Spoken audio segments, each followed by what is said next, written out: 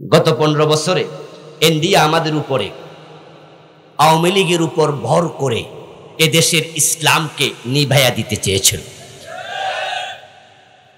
ঠিক বাংলাদেশে মহিলারা যখন আমাদের মা বোনদের মাথার মাঝে উকুন হয়, দেখবেন যে কিছু উকুন আছে চুলের গোড়ায় ধরে এমনি টাইন্না বাইর করে, তারপরে এগুলো নখের উপরে তুলে আরেকটা নখ দিয়া চাপ দিয়া পিষে মারে। ঠিক আমাদেরকে ইসলামকে এইভাবে পিষে মারতে চেয়েছিল।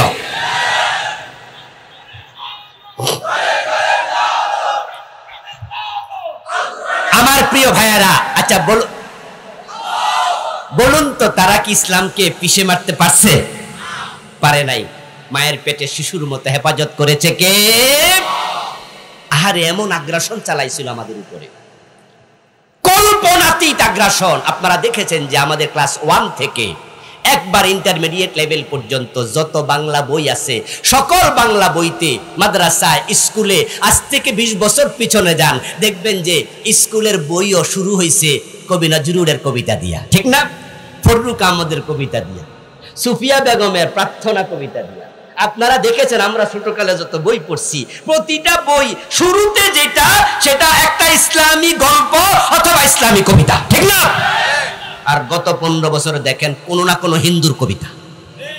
এই গত 15 বছর তারা এটা করছে, মাদ্রাসার বইতে পর্যন্ত, শুধু স্কুলে না। মানে ইসলামী ভাব দ্বারা যা ছিল সব জবাই করতেছে, সব। এবং শিক্ষা বিভাগে, শিক্ষা মন্ত্রণালয়ে যত বড় বড় পোস্ট আছে সবগুলাতে হিন্দু, বৌদ্ধ, ইহুদি, খ্রিস্টান, খারাপ মানুষ।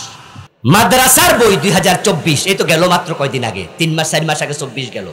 2024-এর মাদ্রাসার বই দেখবেন ক্লাস 7-এ, ক্লাস 8-এ, যাদের বাড়িতে বই আছে মাদ্রাসার, লেখা আছে দাখিল 7ম শ্রেণী, কিন্তু দাখিল 8ম শ্রেণী। মাদ্রাসার বইয়ের পৃষ্ঠার প্রথম পেজে কভারে দেখবেন দোতারার ছবি, হারমোনিয়ামের ছবি, হাফ প্যান্ট পরা মাইয়ার ছবি। মাদ্রাসার বইয়ের কভারে হাফ প্যান্টওয়ালা মাইয়া। এই জানোয়ারগুলো, এই জালেমগুলো যদি ক্ষমতায় থাকতো, আমরা কি এই কথাগুলো বলতে পারতাম? সে পরিবেশটাও ছিল না। আলিয়া বলেন, কৌমি বলেন, ইসলামী দল যত আছে, ইসলামী দল সারা বিএনপি পন্থীও যারা ছিল, শুধু সরকারের চিহ্নিত কিছু দালাল ছাড়া সবাই উপর জুলুম করেছে। আহমদ শফি রাহেমাহুল্লাহ, কৌমি আলেমদের উনি প্রধান, উনাকে তেতুল হুজুর বলে কি গালিগালাজ করেছে। জুনাইদ বাবুনগরী রাহেমাহুল্লাহ, বয়োবৃদ্ধ মানুষ, উনাকে পিটাইয়া রিমান্ডে নিয়া 2 হাঁটু অচল করে দিয়েছে। আল্লামা সাইদি রহমতুল্লাহ আলাইকে 13টা বছর জেলখানায় রাইখা শেষ পর্যন্ত সুস্থ মানুষ উনাকে হাসপাতালে অসুস্থ বলে এনে বিষ প্রয়োগে হত্যা করেছে। উনার মৃত্যুটা স্বাভাবিক মৃত্যু ছিল না। আমাদের মামুনুল হক ভাই, উনাকে বউ দিয়া দর্শনের মামলা করাইছে। উনার অপরাধ কি জানেন? উনার অপরাধ ছিল আমাদের যাত্রাবাড়ির দক্ষিণ পাশে, এখানে যে মোড়টা আছে পদ্মায় যাওয়ার সময়, এই মোড়ের মাঝে বিশাল একটা মূর্তি বসাবে বঙ্গবন্ধুর। মামুনুল হক ভাই এক প্রোগ্রামে বলেছে, যদি এখানে মূর্তি বসাও বুড়িগঙ্গায় ফেলে দেব। এই হলো তার অপরাধ। পরে উনাকে এমন ভাবে বেজ্জতি করছে, উনার বউ দিয়ে পর্যন্ত মামলা করেছে। ওরা চাইছিল ইসলামকে নিবারিত করে দেবে, একবারে শেষ করে দেবে। কিন্তু আল্লাহর বড় দয়া, এটা আল্লাহর পছন্দের দেশ। এই জন্য ইন্ডিয়া চারপাশে কাফের, কিন্তু এখানে শতকরা 92% মুসলিম। এটা মসজিদের দেশ, এটা তাবলীগের দেশ, এটা পীরের দেশ, এটা নামাজির দেশ, এটা টুপিওয়ালার দেশ, এটা পাঞ্জাবিওয়ালা পাগড়িওয়ালার দেশ, এটা মাহফিলওয়ালা বক্তা এবং শ্রোতার দেশ। এই জন্য দেশটাকে আল্লাহ বড় ভালোবাসে, এটা দয়া করে আমাদের দিয়েছে। আমি তো হতাশ হয়েছি মাঝে মাঝে যখন এখওয়ানকে দেখেছি। মিশরে গিয়েছিলাম 3-4 বছর 5 বছর আগে। তখন সেখানে গিয়ে আমাদের ভাইদের থেকে শুনলাম যে প্রায় 100 বছরের কাছাকাছি মিশরে জুলুম চলছে। সেই জামাল নাসের থেকে আজকের সিসি পর্যন্ত জুলুম বন্ধ হয় নাই। ফিলিস্তিনের দিকে তাকিয়ে হতাশ হয়েছি। সেই দ্বিতীয় বিশ্বযুদ্ধের পর থেকে আজকের দিন পর্যন্ত ফিলিস্তিনের পরীক্ষা শেষ হয় না। হাজার হাজার মুসলমান গত 1 বছরে শহীদ হয়ে গেছে। কত লম্বা পরীক্ষা চলতেছে। সেই যে 47-এর পর থেকে 2025 পর্যন্ত প্রায় 100 বছর কাশ্মীরের মুসলমান পরীক্ষা দিত। আমিও মনে মনে ভেবেছি বাংলাদেশের পরীক্ষা জানি কত লম্বা হয়। ফিলিস্তিন দেখে, মিশরের এখওয়ান দেখে, ভারতের কাশ্মীর দেখে আমিও মনে মনে ভাবতাম যে বাংলাদেশে এই 14-15 বছর তো চলে গেল।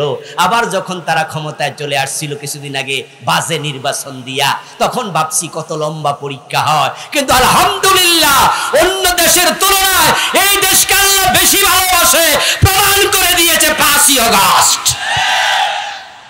অগাস্টের 5 তারিখ যে বিপ্লবটা হলো, এটা তো আমরা কেউ কল্পনাও করি নাই, আমরা ভাবিও নাই। আমি একাধিক প্রোগ্রামে বলেছি এটা আল্লাহর দয়া। এই দেশের মুসলমানদেরকে ভালোবাসে কে? কারণ যারা আজকে বিপ্লবের দাবি করছে ওরা হলো বৈষম্য বিরোধী ছাত্ররা। আচ্ছা বলুন তো, ছাত্ররা যে বিপ্লবের দাবি করছে আমরা তাদেরকে ধন্যবাদ দেই, তারা এটাতে করেছে, আমরা অস্বীকার করি না। কিন্তু আমার প্রশ্ন হলো, তারা কি সরকারের পতন চাইছিল একবারে শুরুর দিন? তারা বলছে আমরা চাই বৈষম্য, ওই যে কি কোটা সংস্কার চাই। আচ্ছা যেদিন তারা কোটা সংস্কারের দাবি করলো, আমাদের সাবেক প্রধানমন্ত্রী যদি বলতো ওকে কোটা সংস্কার করা হবে, তাহলে কি আন্দোলন তারা চালাইতো? আসলে সরকার পতনের আন্দোলন তো শুরু হয়নি, শুরু হয়েছিল সংস্কার। উঠছিল ঘামাসি, এটা চুলকাইলে যে ক্যান্সার হইয়া রুগী মরে যাবে, রুগীও জানে না। ওই মহিলা যদি রাজাকারের নাতিপুতি বলে গালি না দিত, তাহলে কিন্তু এই আগুনটা লাগতো না।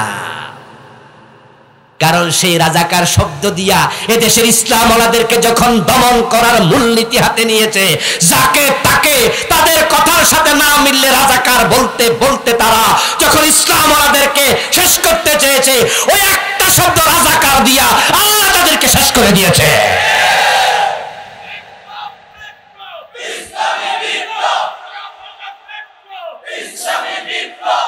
আমার প্রিয় ভাইয়েরা, যে জন্য আমি কথাটা বলতেছি, আবার সেখানে আসেন যে বাংলাদেশকে আল্লাহ ভালোবাসে। 54 বছর আমরাই তো দেশ চালাচ্ছি। এই 54 বছরে কোনো প্রেসিডেন্ট কি হিন্দু ছিল? কোনো প্রধানমন্ত্রী বৌদ্ধ ছিল? তাহলে আমরা যেই দলই আসুক আলহামদুলিল্লাহ ঘুরে ফিরে ক্ষমতা মুসলিম, ঠিক না? বঙ্গবন্ধু মুসলিম, শহীদ প্রেসিডেন্ট জিয়াউর রহমান মুসলিম, প্রেসিডেন্ট এরশাদ, খালেদা জিয়া, শেখ হাসিনা। আমরা তো কেউ তাদেরকে হিন্দু বৌদ্ধ বলি না, বলি নাকি? হ্যাঁ, তাদের মাঝে কিছু ঘাটতি আছে, কেউ পর্দা কম করে, কেউ বেশি করে, কেউ নামাজ কম করে, কেউ বেশি করে। কিন্তু আমরা তাদেরকে তো কাফের বলিনি কোনোদিন, বলেছি নাকি? সুযোগ নাই বলার। কাফের আমরা বলিনি কোনোদিন যে খালেদা জিয়া কাফের, শেখ হাসিনা কাফের, কোনোদিন কোন আলেম বলছে এটা? বলার কোনো সুযোগ নাই। তারা মুসলিম, তারা মুসলিম। 54 বছর যারা দেশ চালায় সবাই মুসলিম। এখন আল্লাহ দয়া করে দেশটা মুসলমানের হাতে তুলে দিছে। এখন মুসলমানরা 54 বছর দেশটা চালাইলো, কোরআন দিয়া চালাইতে কেন তাদের আপত্তি আমার বুঝে আসে না। কোরআন তো কোনো দলের কিতাব না।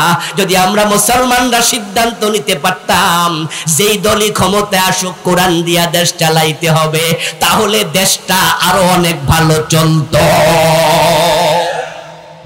কোনো সন্দেহ নেই। কোরআন দিয়া দেশটা চললে ভালো চলত। চুরি থাকতো না, মাদক থাকতো না, ডাকাতি থাকতো না, বেহায়াপনা, দর্শন, খুন কিচ্ছু থাকতো না। আমরা চ্যালেঞ্জ দিয়ে বলবো, আগামী সরকার যদি কোরআনের সরকার হয়, আমরা যদি এদেশে কোরআনকে ক্ষমতায় নিতে পারি, সোনার বাংলা হতে এক যোগ লাগবে না। নবীজি যেই যুগে দুনিয়া এসেছিলেন সে যুগের নাম ছিল আইয়ামে জাহিলিয়া। কিন্তু যখন তিনি কোরআন দিয়ে দেশ চালালেন, আইয়ামে জাহিলিয়া ছিল। বরং রাসূল বলছে খায়রুল কুরুনি করনি। আমার বন্ধু, যে জাহিলিয়াতের যুগের মানুষ হানাহানি মারামারি কাটাকাটি করত, কথায় কথায় খুন করত, সুন্দরী মেয়ে যদি একা একা হেঁটে যেত 2-1 কিলোমিটার, তাহলে দর্শিতা হতো পথে ঘাটে। ওই দর্শিতার বাবা চোখের পানি ছেড়ে দিয়ে কাঁদতো। বিচার পাওয়া দূরের কথা, বিচার ছাওয়ার জায়গাটাও ছিল না। শুধুমাত্র ইজ্জত কেড়ে নিত না, গলার গহনা কানের গহনা কেড়ে নিত ডাকাতের দল, ইজ্জত কেড়ে নিত হায়নার দল, কারো কারো কোলের বাচ্চাটা কেড়ে নিয়ে বাজারে বিক্রি করে দিত। ইজ্জতের নিরাপত্তা ছিল না, সম্পদের নিরাপত্তা ছিল না, কোলের বাচ্চার নিরাপত্তা ছিল না।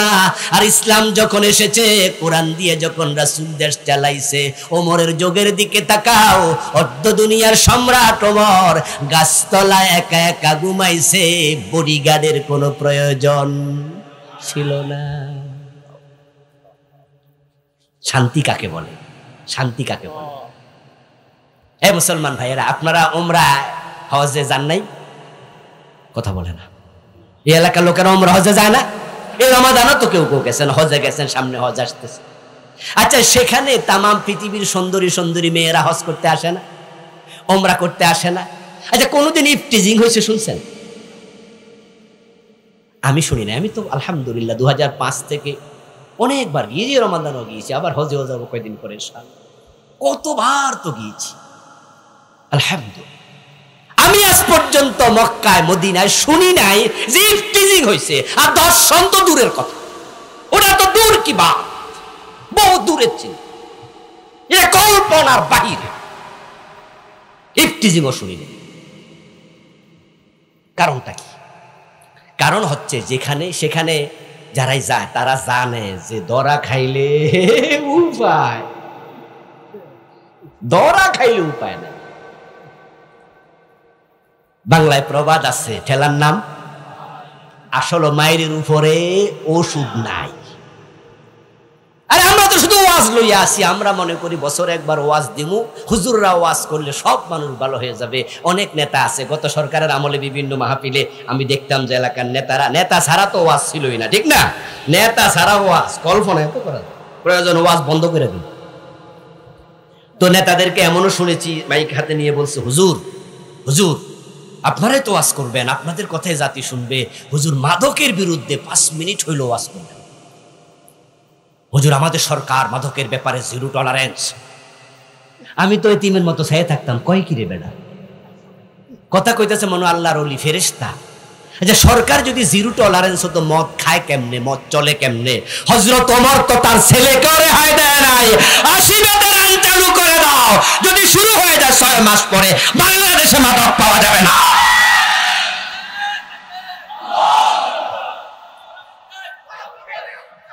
প্রিয় ভাই, মাদকের বিরুদ্ধে 0 টলারেন্স, এটা মাইকে কইছে, বাস্তবে মিথ্যা কথা। আচ্ছা আপনারা বলুন তো, হোটেল সোনারগাঁতে মদের বার আছে না নাই? শেরাটনে, রেডিসনে, বাংলাদেশে যে কয়টা 5 স্টার হোটেল আছে সবগুলাতে মদের দোকান ওপেন। আর 10 বছর আগে শাহজালাল আন্তর্জাতিক এয়ারপোর্ট, রমাদান চলছিল, আমি এহরাম বেঁধে তারপরে পায়চারি করছি। এয়ারপোর্টের ভিতরে বিমান এখন 1-1.5 ঘন্টা দেরি আছে। এর মাঝে দেখি যে বিশাল এক আতরের দোকান।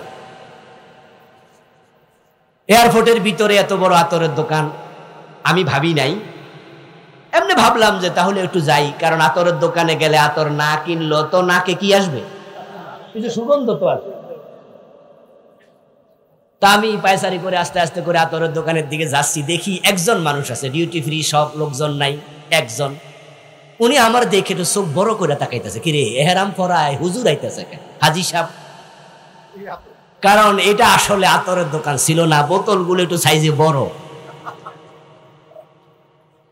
মদের দোকান। এর আগে শাহজালাল আন্তর্জাতিক বিমানবন্দরে শাহজালাল রহমতুল্লাহ আলাইহির নামে নামকরণ করা 92% মুসলমানের দেশে বিমানবন্দরের ভিতরে ওপেন মদ বিক্রি হয়, এটা আমার এর আগে জানা ছিল না। হোটেল সোনারগাঁতে মদের অনুমতি দিল বেচার, রেডিসনে দিল, ইন্টারকন্টিনেন্টালে দিল, শেরাটনে দিল, সবগুলোতে দিল, আর ওরা মাইক হাতে নিয়ে বলে আমরা জিরো টলারেন্স। এই 54 বছরে এই বেকুবগুলো যারা মদের বিরুদ্ধে পুলিশকে, র্যাবকে, বিজিবিকে অর্ডার করে, যান মাদকওয়ালারে ধরেন, ধৈরা ধৈরা পিটান, মানুষকে বুঝাইয়া দেয় আমরা মদের বিরুদ্ধে, অথচ 54 বছরের বাংলাদেশে মদ নির্মূল করার জন্য তারা ছোট্ট একটা কুড়ে গড় অফিস বানাতে পারে নাই। বরং মাদের বিরুদ্ধে যে অফিসটা বানাইছে ওইটার নাম দিছে মাদক নিয়ন্ত্রণ অধিদপ্তর। কুমিল্লা তো তার অধিদপ্তর আছে। আপনাদের কাছে আমার জিজ্ঞাসা, আমরা কি নিয়ন্ত্রণ চাই না নির্মূল চাই? কিন্তু তারা নির্মূলের কোন অফিস বানায় নাই, বানাইছে মাদক নিয়ন্ত্রণ। নিয়ন্ত্রণ মানে কি? কিছু কিছু খাও, ঠিক এটা না? নিয়ন্ত্রণ মানে কি? বেশি খেও না, অল্প খাও। রাস্তায় যখন গাড়ি চলে, গাড়ির গতি যখন 100 মাইলে চলে, একবারে 90 মাইলে চলে, তখন আমরা যাত্রীরাও তো মাঝে মাঝে ড্রাইভারকে বলি, এই ড্রাইভার সাহেব গাড়ি নিয়ন্ত্রণে চালান, বলি না আমরা? নিয়ন্ত্রণ মানে কি স্টার্ট বন্ধ করে দিছে? এটা কইছি আমরাও বুঝাইছি যে 40-এ চালান, 60-এ চালান, 70-এ চালান। তো ওরাও অফিস বানাইছে মাদক নিয়ন্ত্রণ মানে অল্প অল্প খাইতে থাকে। আল্লাহ তাআলা দয়া করে আমাদেরকে ভূখণ্ড দিয়েছে, ইন্ডিয়া আমাদের বাংলাদেশ কোনোদিন নেবে না। তারা আমাদের কাছে ভয়ও আসবে না, কারণ তারা জানে এখানে 18 কোটি মুসলমান আছে। কাশ্মীরে মুসলমানের সংখ্যা 50 লাখের কম বেশি মাত্র, সেটাই তারা নিয়ন্ত্রণ করা কঠিন, নিয়ন্ত্রণ করতে পারে না। আর এখানে 18 কোটি মুসলমান, তারা নিয়ন্ত্রণ করবে কেমনে? তাই চারপাশে আরো কাঁটা তারের বেড়া দিতেছে। তাই তাদেরকে ভয় পাওয়ার কিছু নাই, ক্ষমতা ঘুরে ফিরে আমাদের হাতেই আসবে। আমরা মুসলমান যদি আমরা সিদ্ধান্ত নিতে পারি ক্ষমতায় যেই আসুক কোরআন দিয়ে দেশ চালাতে হবে, তাহলে এটাও আবার খায়রুল কুরুনের দেশে পরিণত হবে। মাদক থাকবে না, 6 মাসে বন্ধ হয়ে যাবে মাদক। চুরি থাকবে না, ডাকাতি থাকবে না। ইবাদত মানি রাসূল যা করেছেন তা করা। তো রাসূল তো রাষ্ট্র চালাইছে কোরআন দিয়া, তাহলে এটা কি ইবাদত না? এজন্য আমরা নবীজি সাল্লাল্লাহু আলাইহি ওয়াসাল্লামের পুরো জীবন আসারকে সামনে রেখে তারপরে আগাতে চাই। ইবাদতের অংশ শেষ। ওয়াবিল ওয়ালিদাইনি ইহসানা। দ্বিতীয় মেসেজ হচ্ছে শুধুমাত্র আল্লাহর ইবাদত করে এইভাবে চলবে না, জান্নাত পর্যন্ত যেতে পারবে না। যাদের মাধ্যমে দুনিয়া আসছো তাদের সাথে উত্তম আচরণ করতে হবে। নবীজি সাল্লাল্লাহু আলাইহি ওয়াসাল্লাম বলেন, রিদার রাব্বি রিদাল ওয়ালিদাইন ওয়া সাখাতুর রাব্বি ফি সাখাতিল ওয়ালিদাইন। তুমি আল্লাহকে খুশি করার জন্য মসজিদে গেছো ফজরের টাইমে, শোনো আল্লাহ ততক্ষণ পর্যন্ত খুশি হবে না যতক্ষণ তোমার মা বাবা তোমার উপর খুশি না হয়। আরে ফজরের টাইমে শীতের মাঝে ওযু করে মসজিদে কেন গেছেন? জান্নাত পাওয়ার জন্য। মসজিদে জান্নাত নাই। 5 লাখ টাকা খরচ করে মক্কায় গেছেন কেন? জান্নাত পাওয়ার জন্য। মক্কায় জান্নাত নাই। আল জান্নাতু তাহতা আকদামিল উম্মাহাত। জান্নাত আছে তোমার মায়ের পায়ের নিচে। ওই মসজিদে জান্নাত নাই। মসজিদে যেতে হবে, কিন্তু জান্নাত কোথায়? মায়ের। আল্লাহকে সিজদা করতে করতে কপাল কালো করে ফেলবা, কিন্তু আল্লাহ আগে তাকায়া দেখবে তোমার উপর তোমার মা বাবা খুশি কিনা। লাকসাম বাজারে গেলে দেখবেন 5 তলা 7 তলা বিল্ডিং আছে। বোকা মানুষ মনে করে এখানে 1 2 3 4 5 তলা দেখা যায়, এটাই হলো বিল্ডিং এর একমাত্র সীমানা। আর বুদ্ধিমান মানুষ বলে না, এখানে নিচে আছে কিছু ইট, কিছু ফাউন্ডেশনের স্ট্রাকচার যেটা খালি চোখে দেখা যায় না। সুতরাং সীমানাও ততটুকু 5 তলা নয়, নিচেরটাও আছে। তবে উপরেরটা যদি নিচেরটা না থাকতো তাহলে দাঁড়ায়া থাকতো না। ঠিক ফাউন্ডেশনের উপরে যেমন বিল্ডিং খাড়ায়া থাকে, মা বাবার সন্তুষ্টির উপর আল্লাহর সন্তুষ্টি খাড়ায়া থাকে। এই দুইজন যদি নারাজ হয়ে যায়, আপনি 100 বার হজ করলো আল্লাহ খুশি হবেন। This is very sensitive point, very very sensitive, খুবই স্পর্শকাতর। আর এই দুইজনকে যদি খুশি করে ফেলতে পারেন তাহলে আপনারে কেমনে জান্নাত দেয়া লাগে এটা আল্লাহ নিজে ব্যবস্থা করে দেবেন। তিনি এত খুশি হয়ে যায়, তিনি আপনার জন্য পথ বের করে দেন। নবীজি মেরাজের রাতে জান্নাতে ঢুকেছেন। জান্নাতে ঢুকে দেখেন আল্লাহর এক বান্দা জান্নাতে কোরআন তেলাওয়াত করছে। রাসূলুল্লাহ তার কোরআন তেলাওয়াত শুনে থমকে দাঁড়ালেন, ভাবলেন যদি সে ইহুদি হতো তাওরাত পড়তো, যদি সে খ্রিস্টান হতো তাহলে ইনজিল পড়তো, কিন্তু সে কোরআন তেলাওয়াত করছে, তাহলে ডেফিনেটলি সে আমার উম্মত। قال رسول الله صلى الله عليه وسلم دخلت الجنة وسمعت فيها القرآن। আমি জান্নাতে ঢুকে কোরআন তেলাওয়াত শুনলাম, তখন জিবরিল আমার পাশে দাঁড়ানো, ওই লোকটাকে আমি চিনি না, দূরে আওয়াজ শুনতে পাচ্ছি। জিবরিলকে প্রশ্ন করলাম, ইয়া জিবরিল মান হুয়া, ও জিবরিল এই লোকটাকে, কি তার পরিচয়? জান্নাতও পেল, জান্নাতে কোরআন তেলাওয়াতের অনুমতিও পেল, এই লোকটা কি আমল করেছে, কি তার পরিচয় বলো। জিবরিল আমিন বললেন, হুয়া হারেসা ইবনে নুমান। রাসূল তাকে চিনেন নাই বুঝি? এটা আপনার সাহাবী হযরত হারেসা, অথচ হারেসা তখনও মরে নাই। হারেসা বিন নুমান মারা গেছে আমির মুয়াবিয়ার যুগে, কেউ কেউ বলছে না হযরত ওমরের খেলাফতকাল। হারেসা তখনও দুনিয়া, রাসূল দেখে জান্নাতে কোরআন তেলাওয়াত করছে।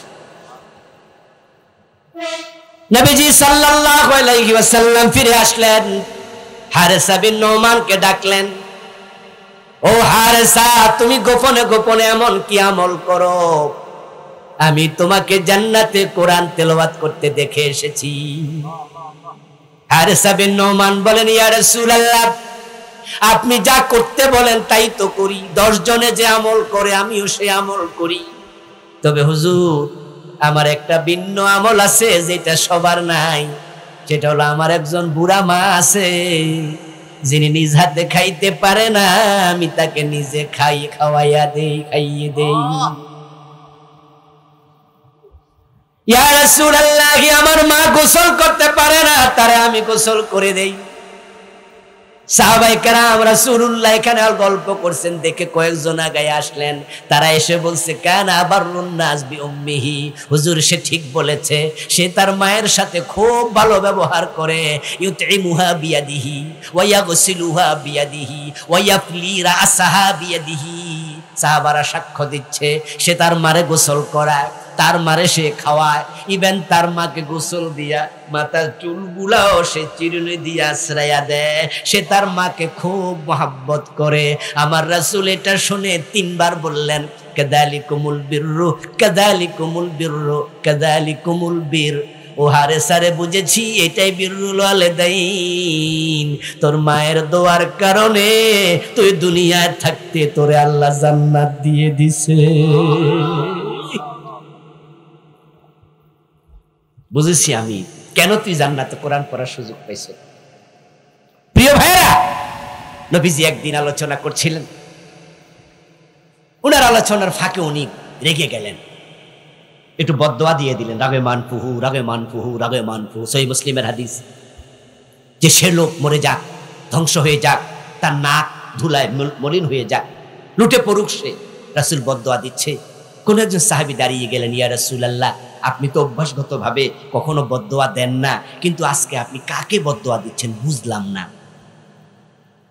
মান ইয়া রাসূলুল্লাহ ক্বালা মান আদরাকা ওয়ালিদাইয়া ইনদাল কিবার আহাদাহুমা আও কিলাহুমা সুম্মা লাম ইয়াদখুলিল জান্নাহ। রাসূল জবাব দে, আমি আজকে বদদোয়া দিচ্ছি আমার সে উম্মত, ওই ব্যক্তিকে যে মা বাবা 2 জনকে অথবা একজনকে বৃদ্ধ অবস্থায় পেয়েছে, তার ঘরে তো জান্নাত ছিল, সে যদি জান্নাতে যেতে না পারে এমন হতভাগা উম্মত আমার দরকার নাই, আমি তারে বদদোয়া দিচ্ছি। যাদের ঘরে বৃদ্ধ মা বাবা আছে তাদের ঘরে আল্লাহর জান্নাত আছে। এই জন্য জান্নাত এখানে, জান্নাত তোমার মায়ের পায়ের নিচে, সেখানে যাও সেখানে যাও সেখানে যাও, সেখানে দৌড়াও। وقال رسول الله صلى الله عليه وسلم الوالد أوسط أبواب الجنة، الوالد أوسط أبواب الجنة، فمن شاء فليحافظ ومن شاء فليضيع। নবীজি বলেন তোমরা জান্নাতে যাওয়ার জন্য যে দরজাগুলো আছে শোনো, 8টা দরজা আছে। ইন্না ফিল জান্নাতি সামানিয়াত আবওয়াব, আর দরজা জান্নাতে ঢোকার সবচেয়ে বড় দরজা হলো তোমার বাবার খেদমত, বাবার ভালোবাসা। তোমার সবচেয়ে বড় দরজা তোমার বাবার দোয়া।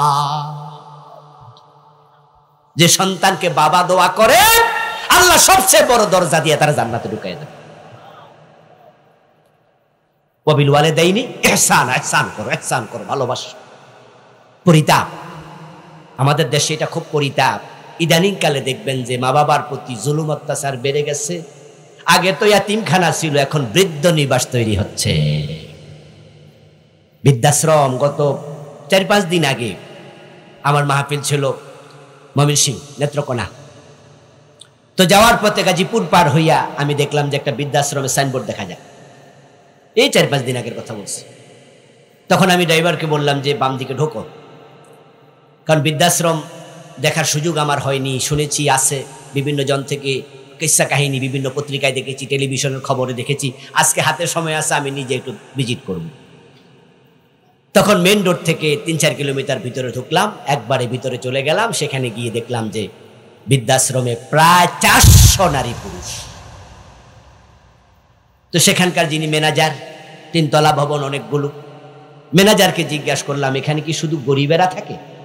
ম্যানেজার জবাব দিলেন, হুজুর আমাদের এখানে গরিব আছে 8%-এর মতো, আর 92% হলো ধনী মানুষ। আমি বললাম বলেন কি, ধনীরা কেন থাকে? বলো হুজুর পয়সা আছে কিন্তু সন্তান মা বাবার খবর নেয় না। বাড়ি আছে গাড়ি আছে, এমন লোক আছে বৃদ্ধাশ্রমে, সন্তানরা খবর নেয় না। এখন দেখবে কে, এত বুড়া, দেখার কেউ নাই, তা আমাদের এখানে চলে আসছে। আমি বললাম টাকা নেন কত আপনারা প্রতিজন থেকে? বলে না, 1 পয়সাও আমরা নেই না, আমাদের কোম্পানি যিনি চালান তিনি একাই দেন। এই গরিব মানুষগুলো আমি পরে দেখতে গেলাম, 2-3টা রুমের পাশ দিয়ে গেলাম, এত দুর্গন্ধ। আমি বললাম কিরি ভাই এত দুর্গন্ধ? বললো ওরা এত অসুস্থ, প্রস্রাব পায়খানা করে রাখে, এগুলো পরিষ্কার করতে গেলেও কষ্ট হয়, আমরা করি কিন্তু এভাবে জীবন কাটছে। প্রিয় ভাইরা, মা বাবা তাদেরকে কাছে না রাখা দূরে ঠেলে দিচ্ছে সন্তানেরা। বিয়ের আগ পর্যন্ত মা সারা বোঝে না, বিয়ের পরে বউ সারা বোঝে না, এমন হতবাগা ছেলে আছে না?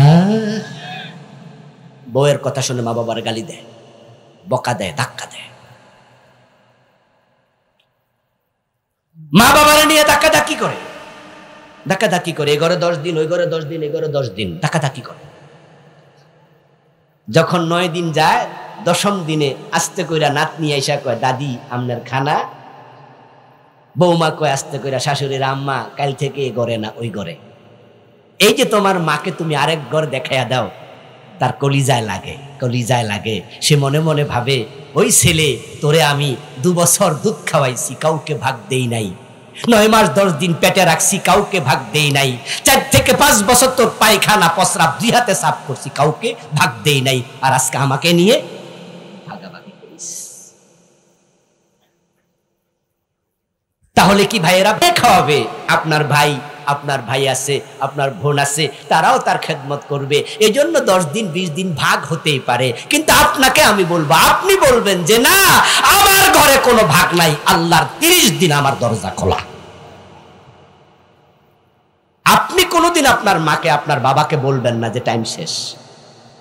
আপনার বউকে আপনার সন্তানদেরকে বলে রাখবেন, তোমরা যেমন আমার ঘরে সব সময় খাও, আপনার স্ত্রী যেমন অন্যের কাছে যায় না, আপনার মা বাবাও কারো কাছে যাবে না, এখানে থাকবে, এখানে। হ্যাঁ, তারা যদি অন্য ঘরে খেতে চায় এটা তাদের ইচ্ছা, কিন্তু আপনি কখনো ভাগাভাগি করবেন না। মা বাবাকে নিয়ে ঠেলাঠেলি হবে না, বরং টানাটানি হবে। আপনারা 4 ভাই একই কথা বলবে তাদের বউকে যে আমার ঘরেই খাবে 30 দিন।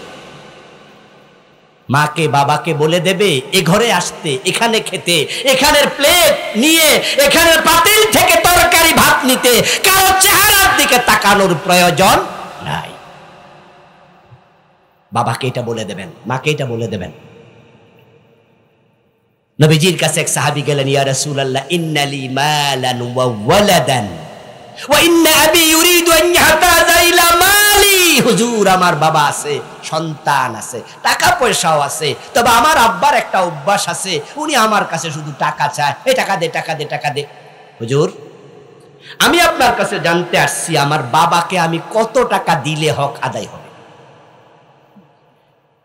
রাসূলুল্লাহ জবাব দেন, আনতা ওয়া মালুকা লিআবিক, ও আল্লাহর বান্দা, তুমি আমার কাছে আসছো, তোমার বাবাকে কয় টাকা দিবা প্রশ্ন করছো, জানতে আসছো। আমি জবাব দিলাম, তুমি এবং তোমার মাল সবটার মালিক তোমার বাবা। আর তুমি এসো করতে মিয়া, তুমি তোমার বাবা থেকে আসছো, তার বীর্য থেকে তোমার তৈরি, তো তুমি তো তার। মা এবং বাবা দুজন মানুষের খেদমত করে কোনোদিন ভাববেন না মনে মনে যে আমি মনে খেদমত করে ফেলছি, না। গায়ের চামড়া দিয়ে জুতা সিলাইয়া দিল, হক আদায় কোনো দিন হবে না, অসম্ভব। তাদের ভালোবাসা ছিল অফুরন্ত, যেটার মোকাবেলায় ওই পরিমাণ ভালোবাসা দুনিয়ার কোন সন্তান দিতে পারবে না। ওমর রাদিয়াল্লাহু তাআলা আনহুর ছেলে ছিল আব্দুল্লাহ ইবনে ওমর, উনি বড় মাপের মুহাদ্দিস ছিলেন। একবার তিনি কাবা শরীফ তাওয়াফ করছিলেন। কাবা শরীফ তাওয়াফ করা কালে তিনি হঠাৎ করে নজর করে দেখেন যে একটা ছেলে তার কাঁধের মাঝে বুড়া একটা মহিলাকে নিয়ে কাবা তাওয়াফ করছে। শাহেদ ইবনে ওমর রাজুলান ইয়ামানিয়ান ইয়াতুফু বিল বাইত হামালা উম্মাহু ওয়ারা যহরিহি। ইবনে ওমর তাকায়া দেখে এক ব্যক্তি মাকে কাঁধে নিয়ে কাবা তাওয়াফ করছে। উনি তার দিকে জিজ্ঞাসু নয়নে তাকালেন, আশ্চর্য হয়ে তাকালেন। ওই লোকটাও কারকে জিজ্ঞাসা করছে, পরিচয় পাইছে উনি তো ওমরের ছেলে আব্দুল্লাহ। তাওয়াফ শেষ করে আব্দুল্লাহ ইবনে ওমর রাদিয়াল্লাহু তাআলা আনহুমার কাছে গেছে, গিয়ে বলছি, ইয়া রাসূল, হে আল্লাহর নবীর সাহাবী আব্দুল্লাহ, আমার বাড়ি ইয়ামান, এই মহিলা আমার মা, যাকে আমার কাঁধে আপনি দেখতে পাচ্ছেন, আমার মার শখ হয়েছে উনি হজ করবে, কিন্তু পশুর পিঠে, ওটের পিঠে, গাধার পিঠে, ঘোড়ার পিঠে বসে থাকার মতো শক্তি তার নাই। তাই মায়ের শখ পূরণ করার জন্য আমি ইয়ামান থেকে মাকে কাঁধে করে নিয়ে এসেছি। তারপরে মাকে কাঁধে নিয়ে আমি মিনায় গেছি, মুজদালিফায় গেছি, আরাফায় গেছি। এখন আপনি দেখতে পাচ্ছেন মাকে কাঁধে নিয়ে আমি কাবা শরীফ তাওয়াফ করছি। আরাইতা জাযাইতুহা ক্বালা লা ওয়ালা বিজাফরাতিন ওয়াহিদা। এবার ওই লোক প্রশ্ন করছে, আপনার কাছে আমার জিজ্ঞাসা হলো, প্রশ্ন হলো, আমার মায়ের যে হক আমার উপরে আছে, আমি যে লম্বা সফর করলাম কাঁধে নিয়া হজ করাইলাম, আমার মায়ের হক আমি আদায় করতে পেরেছি কিনা? আব্দুল্লাহ ইবনে ওমর জবাব দেন, না, তোমাকে প্রসব করার সময় মা যে ব্যথা পায়া চিৎকার দিয়েছিল, এখনো একটা চিৎকারের হক আদায় হয় নাই। একটা যে বড় নিঃশ্বাস ফেলছিল প্রসব করার সময়, তুমি যে মারে একটা লাথি দিয়ে দুনিয়া আসছিলা, কলজার মাঝে লাগছিল, এখনো সেই বড় নিঃশ্বাসের হক আদায় হয় না। ওয়ালা তাকুল লাহুমা উফ ওয়ালা তানহারহুমা। জান্নাতে যেতে চান, ওই দুইজন মানুষকে কখনো আঘাত দেবেন না, তাদেরকে ভালোবাসুন, কলিজা দিয়া ভালোবাসুন, তাদের দোয়া নেন, আল্লাহ দুনিয়া আখিরাত দুইটা খুলে দেবে। এই যুবকেরা, মায়ের খেদমত, বাবার খেদমত জীবন দিয়ে করো, তারা দোয়ার খনি। পীর সাহেবের দোয়া কবুল হতে পারে, নাও পারে, হুজুরের দোয়া কবুল হতে পারে, নাও পারে, কিন্তু সন্তানের জন্য মা বাবার দোয়া আল্লাহ ফিরায় না। তবে দোয়াটা অন্তর থেকে আসা লাগবে, মুখের টানা। এমন কিছু করবেন যেন মুখে বলা না লাগে, ওই যে অন্তরে বলবে, আমার ছেলে করছে, এতে কপাল খুলে যাবে। অনেকে আছে খেদমত করার শুধু দোয়া চায়, মা দোয়া করেন, বাবা দোয়া করেন, কামের সময় নাই। আমি ধামতি আলিয়া থেকে কামেল পাস করেছি। দামতির নাম শুনছেন তো নাকি? এ আমাদের দেবিদ্বার, এখানেও দামতির কোনো ছাত্র থাকতেই পারেন। ওখানে একজন পীর সাহেব ছিলেন যিনি মারা গেছেন, মাওলানা আব্দুল হালিম রাহিমাহুল্লাহ। প্রতিষ্ঠাতা ছিল উনার বাবা।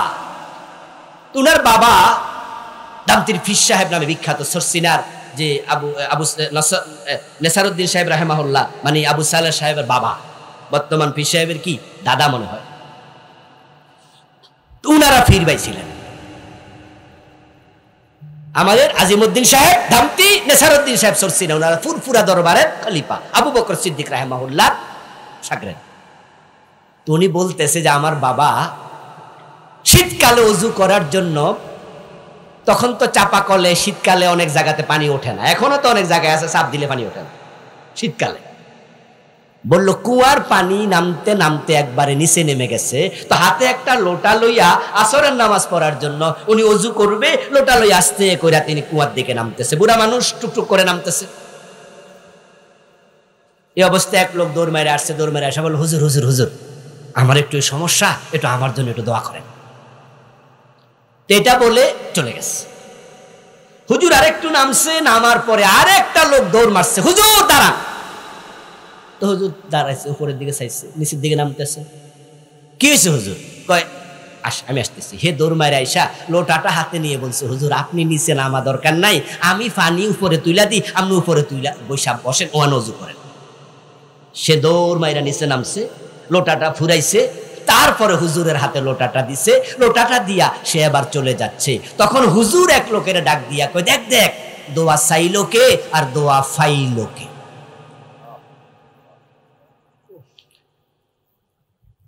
ও বেটা আমার হাতে লোটা দেখছে, সে শুধু দোয়া চাইয়া চলে গেছে, লোটা ভরে দেয় নাই। আর এই লোকটা কিন্তু দোয়া চায় নাই, শুধু লোটাটা ভরে দিছে, দোয়া চাওয়া লাগে না, আমি এর জন্য দোয়া এমনি করে দিচ্ছি। মায়ের সাথে বাবার সাথে এমন আচরণ করবেন, তারা যেন আপনার আচরণে খুশি হইয়া দোয়া না চাইলেও করে, কপাল খুলে যাবে। এই দুটা মেসেজ নিয়ে আমরা আজকে বাড়িতে যেতে চাই। রাজি আছেন তো ইনশাআল্লাহ? একটা হলো আল্লাহ ছাড়া কারো আইন মানব না, ইবাদত করব না আল্লাহ ছাড়া কারো, সব জায়গায় আল্লাহর কথা মানব। আমরা শুরু করে দেই। আপনাদের এলাকায় 100 বছর আগের এমন মসজিদ কি দুই একটা আসেনি? আমি জানি না আছে কিনা, থাকবে, খোঁজেন। 50 বছর 70 বছর আগে মসজিদ বানাইছে। 50 বছর আগের মসজিদে কি একজন ইমাম ছিল? 50 বছর অসম্ভব। চেঞ্জ হয়েছে, 2 জন 3 জন 5 জন। কিন্তু মাগরিবের নামাজ কয় রাকাত? এটা চেঞ্জ হয়েছে। ইমাম চেঞ্জ হয়েছে 50 বছরে 10 জন 5 জন, কিন্তু মাগরিবের ফরজ 3 রাকাত চেঞ্জ হয় নাই। এটা একটাই আছে, কোরআনটাকে সবাই মিলে সংসদে পাঠায়া দেন, দল পরিবর্তন হবে, আইন আর পরিবর্তন হবে না। আর কোরআন দিয়ে যখন দেশ চলবে, এমনি শান্তি আসবে, সমৃদ্ধি আসবে, উন্নতি আসবে, দুনিয়ায় শান্তি, আখিরাতে মুক্তি মিলে যাবে। আল্লাহ তাআলা আমাদের সকলকে কোরআনওয়ালা হওয়ার তৌফিক দাও, বলেন আমিন। হাযা মা ইনদি ওয়াল ইলমু ইনদাল্লাহ, আলাইহি তাওয়াক্কালতু ওয়া ইলাইহি উনীব।